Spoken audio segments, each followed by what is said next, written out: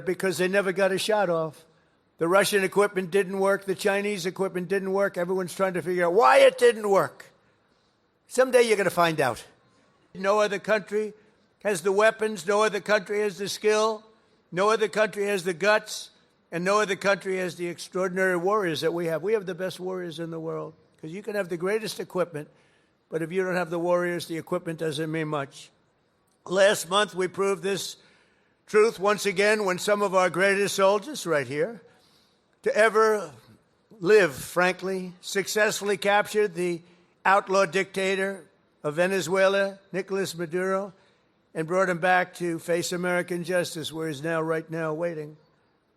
And that was an amazing night. People saw that. They've never seen anything like it. You know, it's a pretty military country. It was a big base, one of the biggest bases in South America, where he lived. And it was in a matter of minutes before he was on a helicopter being taken out of there. They had to go through steel doors. The steels were it was like paper mache. You know what paper mache is? That's weak paper. These guys blasted through every door. They got up to him before he got to the big safe, but that wouldn't have worked either because they had equipment that was going to knock that out in a matter of minutes. But he never got there. It went so fast. Think of it, in a matter of minutes, when people realize what happened, they're looking up and there's the helicopter heading back to aircraft carriers. So that night, the entire world saw what the full military might of the U.S. military is capable of. And that was an unbelievable operation, but that was a smaller operation.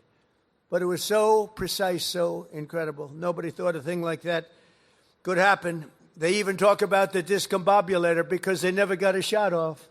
The Russian equipment didn't work. The Chinese equipment didn't work. Everyone's trying to figure out why it didn't work. Someday you're going to find out. But it didn't work. It's nice when you can fly in and not get shot at.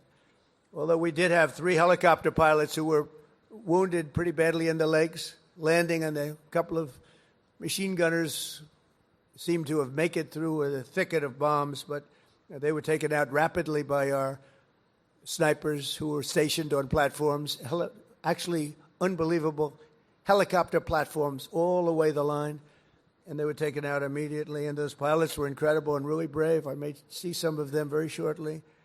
They were hit pretty bad in the legs.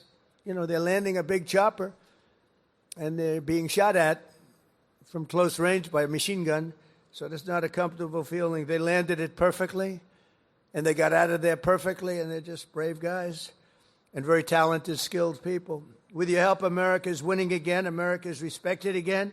And perhaps most importantly, we are feared by the enemies all over the globe. They fear us. And, you know, I don't like to say fear, but sometimes you have to have fear because that's the only thing that really will get the situation taken care of. We have a situation right now where we sent a very big carrier group to Iran. I'd love to see if we could make a deal. They've been difficult to make a deal. I thought we would have had a deal last time. They wish they did, and that's where we did Midnight Hammer. But with the restored strength and the tremendous power that we've now built up over the last number of years, even though there was an interlude with Biden, who is the worst president in the history of our country. But the interlude, fortunately, was ended quickly, and we started the process again and built upon what we had already done the first 4 years. But we're also bringing peace all over the world. I ended 8 wars in just 10 months. 8 wars are ended. And we have a couple of more to go, but one in particular, Russia-Ukraine. It's a mess. It's a horrible thing. And I think we'll get there. It takes 2 to tango. You have to remember that. And we have to get there. Tremendous casualties, number of casualties. There's a war that if we were involved in that war, it would have been over very quickly and effectively, but we're not, fortunately. Subscribe to One India and never miss an update. Download the One India app now.